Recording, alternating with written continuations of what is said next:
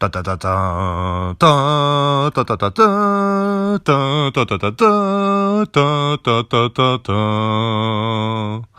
Vous l'aurez compris, ce week-end, c'était la guerre des étoiles, tout simplement, entre Lord Verstappen et le seigneur Dark Norris, qui nous a mené à cet accrochage malheureux, hein, mais bon, quand une guerre éclate, forcément, il y a de la casse.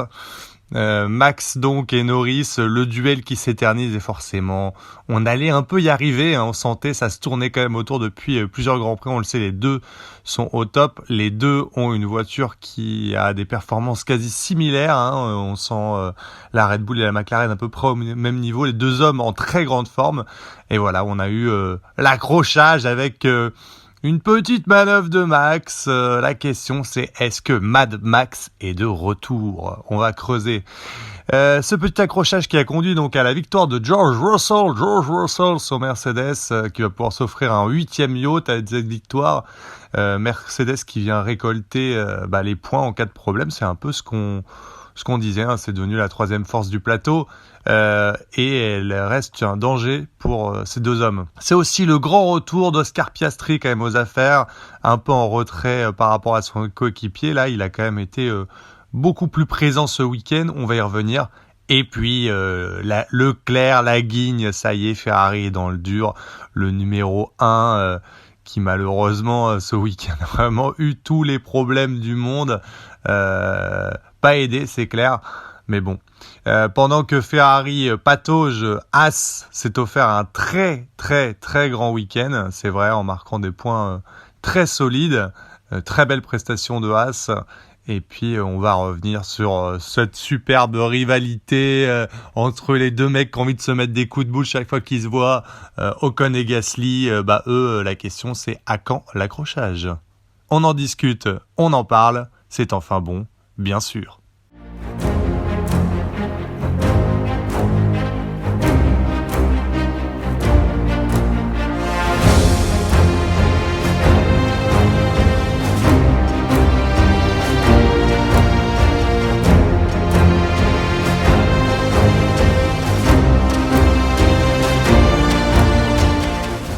Comme dirait Yu-Gi-Oh, c'est l'heure du duel. Allez, pour ceux qui ont la ref, ça leur fera plaisir. Dédicace l'enfance. Allez, on attaque donc ce débriefing avec le fight entre Lando Norris et Max Verstappen ce week-end. Les deux hommes forts du week-end, sans aucun doute. C'est vrai, avec une qualification sprint où déjà on a eu un prémisse de bataille, puisque notre cher Max, c'est vrai, a fait une qualification assez incroyable, hein, quand même, qualification sprint. Il a collé 4 dixièmes à la concurrence sur ce circuit très court, c'est monstrueux, hein. Vraiment le tour parfait pour Max qui s'est affirmé comme patron. Mais après, dans la course sprint, c'était plus serré. C'est vrai qu'il a eu à gérer la pression des deux McLaren, et principalement celle de Norris, qui, dans une première tentative, va finalement se faire doubler par Oscar Piastri. Ça sera sa seule tentative pendant la course sprint, toujours au même virage.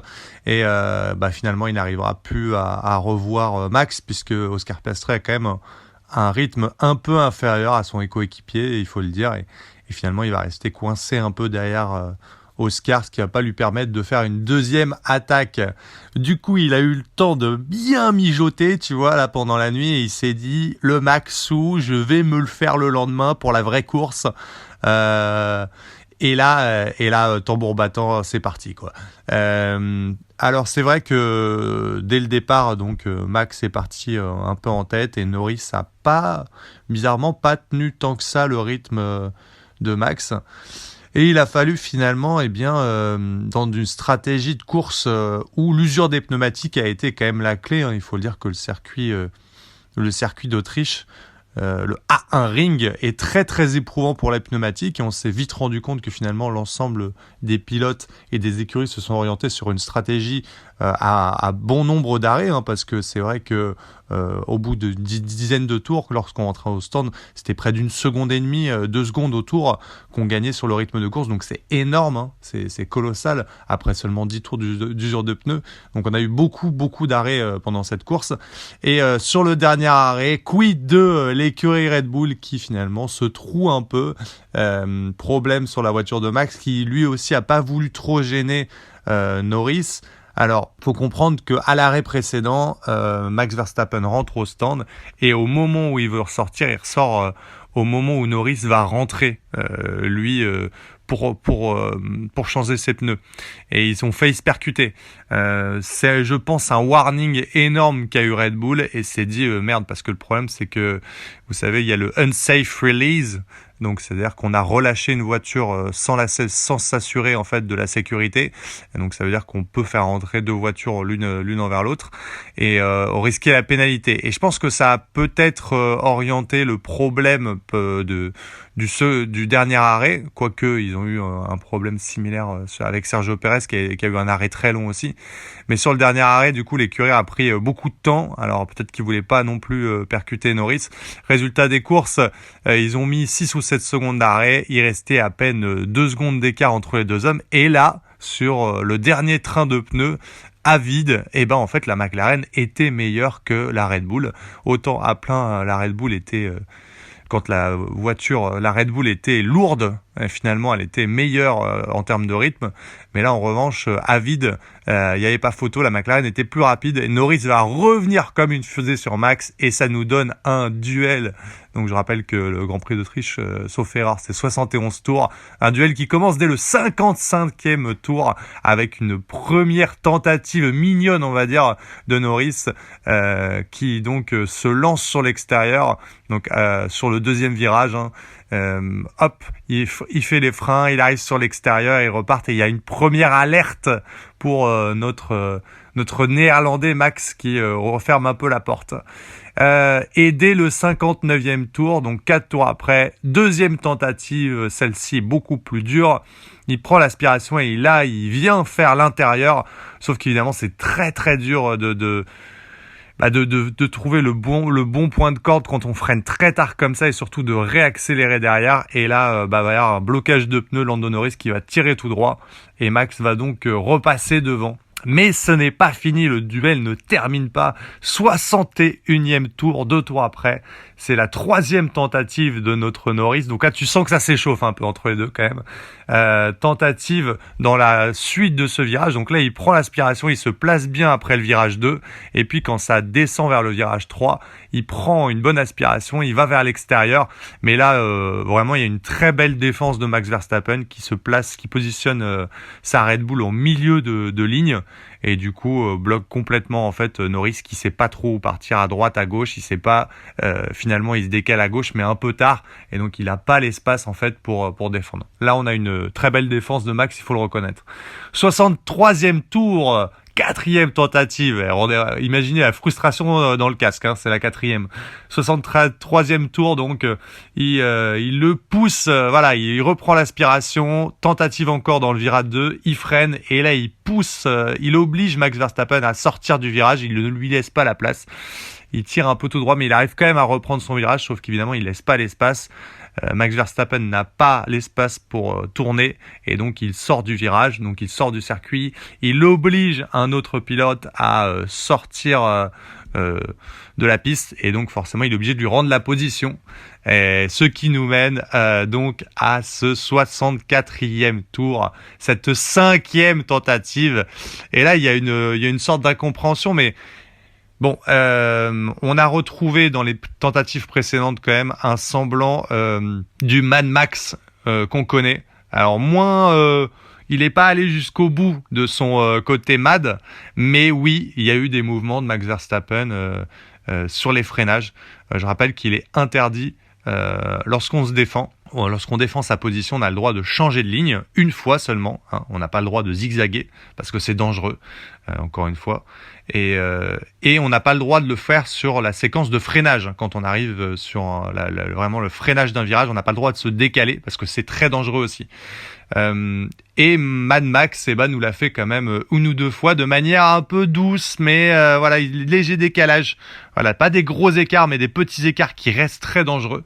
Et c'est ce qui à chaque fois, c'est ce qui a fait tirer tout droit, notamment Norris sur sa tentative numéro 2, je veux dire, là où Mad Max dans le freinage doit faire un petit décalage à droite et du coup Norris dans son dépassement à droite sur l'intérieur s'est dit putain merde, il se rabat sur moi et ça a dû le perturber sur le freinage et c'est pour ça qu'il a tiré tout droit. Et donc sur cette 5e tentative, accrochage. Donc il arrive sur le 2e virage, il prend de la vitesse, il embarque sur l'extérieur. Et là sur l'extérieur, Max, il le tasse, tout simplement. Mais sur la partie freinage, voilà, là Max il vient se rabattre légèrement à gauche alors qu'il est déjà sur sa phase de freinage et il vient tasser tout simplement Norris et ça mène à cet accrochage. Il est quand même plus responsable que Norris de ce problème. Résultat, les deux se rentrent dedans. Norris pète son aileron, en plus il crève son pneu. Pareil pour Max. Et au milieu, c'est George Russell qui va récolter les miettes. Dans l'affaire, Norris est obligé d'abandonner. Résultat des courses, il se bataillait pour la victoire, c'est 0 pointé. Quant à Verstappen, il repart 5e. Il écope de 10 secondes de pénalité, je dirais qu'ils sont mérités par rapport à l'analyse qu'on vient de faire.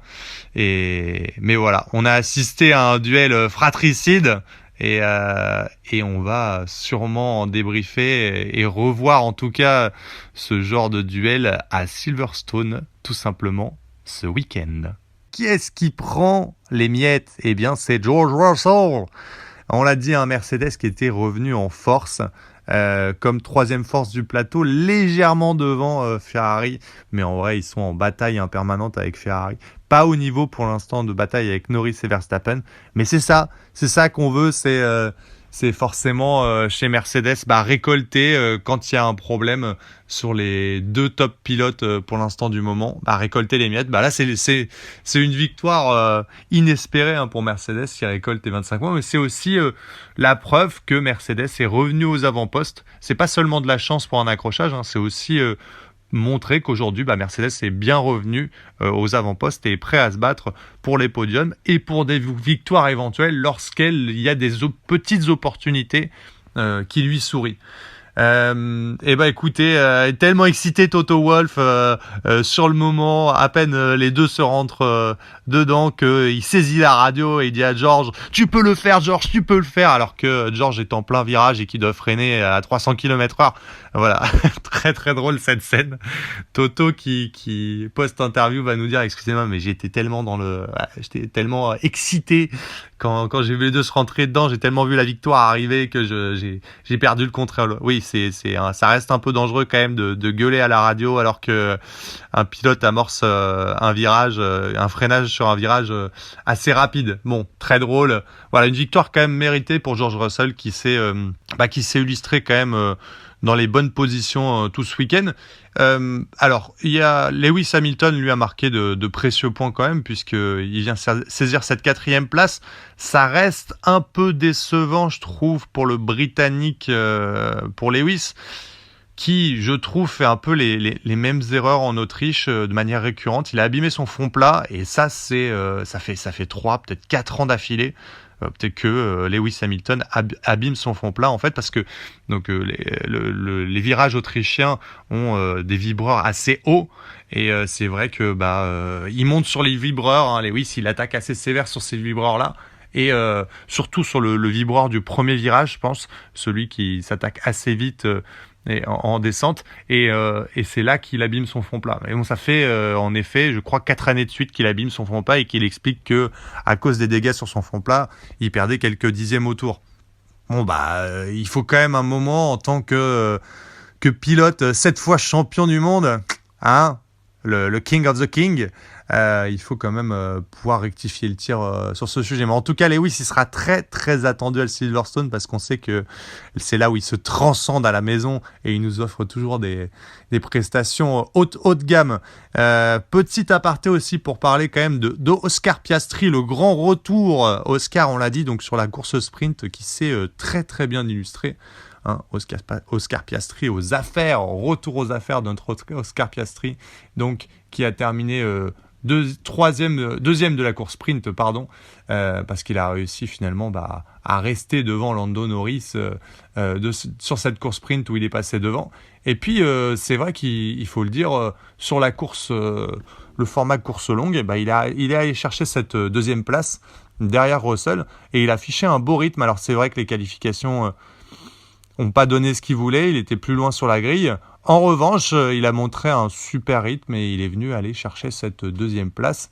Un week-end réussi donc pour Oscar Piastri quand même, qui était un peu en dedans par rapport à son coéquipier et qui là pour le coup a marqué quand même 25 points sur le week-end. Très très intéressant. N'ont pas marqué des gros points en tout cas, c'est notre Charles Leclerc. Oui Charles, mon bon vieux Charles, je crois que tu es dans la panade. Charles Leclerc, donc, c'est vrai qu'il attaque sa période guigne, la fameuse. Ça, c'est quand tu as touché la boule noire de Momotus. Carlito qui marque les gros points de Ferrari maintenant, hein, puisque Charles est dans le dur. Alors là, c'est vraiment un week-end gag, guigne, chat noir pour Charles Leclerc. Donc, Q3, donc troisième partie des qualifications pour la course sprint. En fait, il y a un problème avec le démarreur, enfin apparemment ce que dire, le système anti-calage de Ferrari, ça c'est ce que Ferrari avait dit. Le moteur se coupe, du coup panique, on n'arrive pas à le redémarrer, il repart, du coup il passe la ligne après le drapeau à damier, juste après que le drapeau à damier soit passé, et il n'a pas le temps de faire un tour qualification. Et voilà, il se retrouve du coup 10e forcément, même s'il fait un bon départ et qu'il vient arracher de précieux points. Il vient chercher la 7e place, je crois. Voilà, c'est 2 petits points sur une course sprint. Bon, c'est quand même gâché, c'est dommage. Et puis la qualification et la course du dimanche, c'est vrai que là, il a pas fait une qualification sur la grille, c'est vrai, Charles.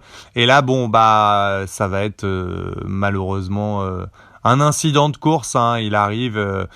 Il démarre, il prend un départ plutôt moyen. Et puis à sa gauche, il y aura Piastri, à sa droite, il y aura Pérez. Et puis les deux vont le prendre en sandwich au premier virage. Il va se retrouver au milieu et c'est terminé. Bonsoir pour lui. Voilà, il va se faire rentrer dedans. Et derrière, il va devoir repartir du fond de grille. Et finalement, en plus, il aura fait une belle course avec un rythme plutôt intéressant derrière, avec une stratégie agressive. Mais bon, il va échouer à la 11e place. Et voilà, mais bon, il aura fait, c'est dommage parce qu'on aurait bien aimé le voir justement aux avant-postes. Je pense que ça aurait été très intéressant parce qu'il aurait été un peu meilleur en rythme de course que Carlos Sainz. Et mine de rien, Carlito, il a fini 3e de ce Grand Prix avec l'accrochage, hein, bien sûr.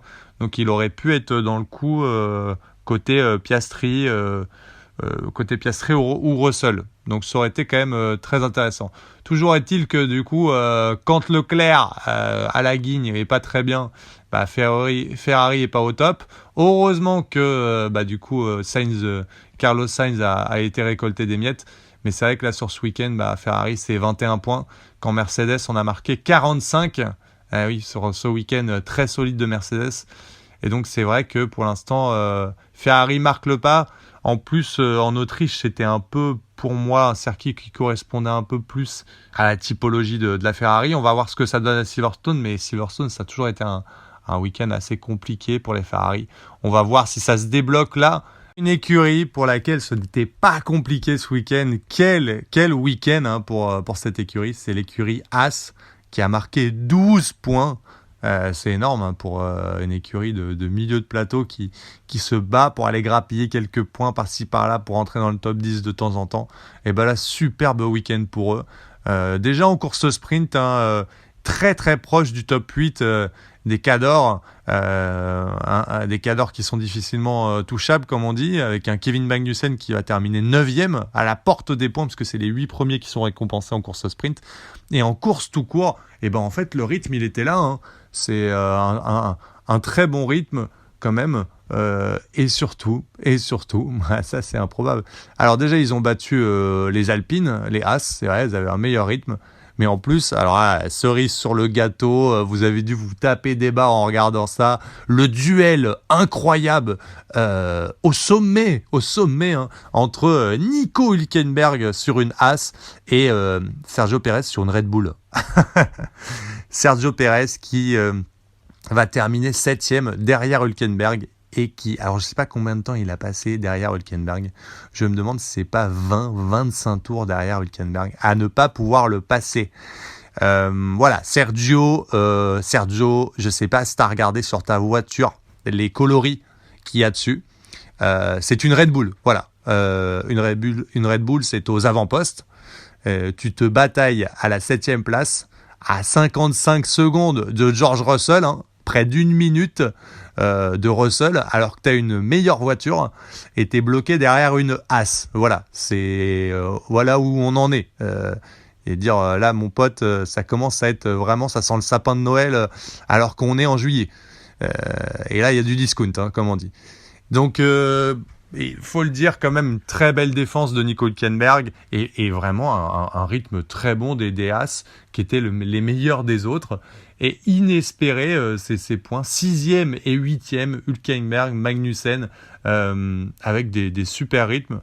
Et ces 12 points, ça leur permet de reprendre la 7e place à Alpine. Et ça, c'est pas mal. Donc ça les met à portée de tir presque, j'ai envie de dire, de Red Bull VBB Cash, puisque maintenant, As a marqué à 19 points. Visa Cash APP Red Bull est à 30, donc ils sont revenus à 11 points, mais surtout ils ont collé 10 points à Alpine, ce qui est énorme puisque Alpine n'a marqué que 9 points depuis le début du championnat. Forcément, pour terminer, puisqu'on parle d'Alpine, on est obligé de parler de Bali et Ballot, comme on dit. Bali et Ballot sur un bateau, il y en a deux qui tombent à l'eau, personne ne remonte sur le bateau pendant que le bateau coule. Je crois que c'est l'histoire de Esteban Ocon et Pierre Gasly. Voilà, on se rappelle que Ocon a été légèrement saqué après son accrochage tumultueux à Monaco, qu'il y a eu une aparté et que ça, et là ça recommence avec des manœuvres très très très limites. Des vraiment, voilà, les deux se sont suivis pendant tout le Grand Prix, globalement. Pendant tout le week-end même, hein, je dirais. Globalement, Gasly avait un meilleur rythme de course. En course sprint, il était devant, donc c'était plus simple. En course du dimanche, malheureusement, il partait de derrière. Et quand il a fallu revenir sur Ocon et qu'il fallait le dépasser, ça a donné des manœuvres d'Esteban qui veut absolument rien lâcher. C'est un bulldog, le mec il a la bave aux lèvres. Il est là, tu passeras pas. À un moment, faut lâcher le morceau, quoi. Et ça donne des scènes assez ridicules. On rappelle que actuellement Alpine a 9 points, qui sont 8e du championnat, que c'est pas glorieux. Et donc ça donne vraiment des scènes inutiles. Moi je suis définitivement pas très fan de l'actuelle version d'Ocon, qui a toujours eu de tout cette empreinte à surdéfendre contre ses coéquipiers, mais là c'est vraiment pas le moment de faire ça. Là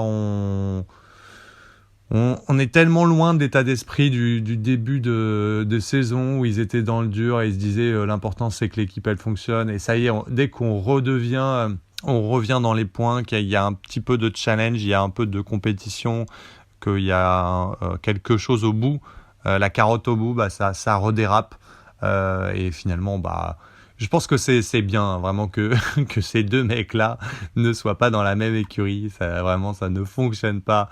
On sent vraiment qu'ils ont envie de s'écharper sur la piste. C'est assez flagrant. Allez, en tout cas, on va attaquer donc ce prochain Grand Prix, ce dernier run du hat-trick, des 3 Grands Prix en 3 week-ends par Silverstone. Ça va barder Pourquoi ? Parce que là, on sort justement de l'accrochage entre Norris et Verstappen. Norris qui a demandé à Verstappen de formuler des excuses. Les deux sont potes, donc ça a été quand même pas si violent que ça dans les interviews parce qu'ils sont vraiment très proches, Norris et Verstappen. Ils sont amis. Donc Verstappen, lui, a plutôt noyé le poisson, conscient qu'il a pris une pénalité. Il a dit « je préfère revoir les images ». Mais c'est compliqué pour lui, quand même, Max, d'avouer qu'il a tort. Donc, comme il l'a jamais dit, je pense, c'est compliqué pour lui de faire un premier pas et de dire « bon, bah là, c'est de ma faute ». En tout cas, on sent qu'ils vont en parler et que je pense qu'ils arriveront apaisés à Silverstone, mais avec le couteau entre les dents, à mon avis, parce que ça va bien donner entre Russell qui sera à domicile, qui sort de sa victoire, Hamilton qui va vouloir se racheter de sa petite erreur ce week-end et qui sera à domicile aussi, qui va se transcender. Je pense qu'il y aura plein de choses à voir à Silverstone, qui est un superbe circuit, et c'est ce week-end avec Enfin Bon, bien sûr.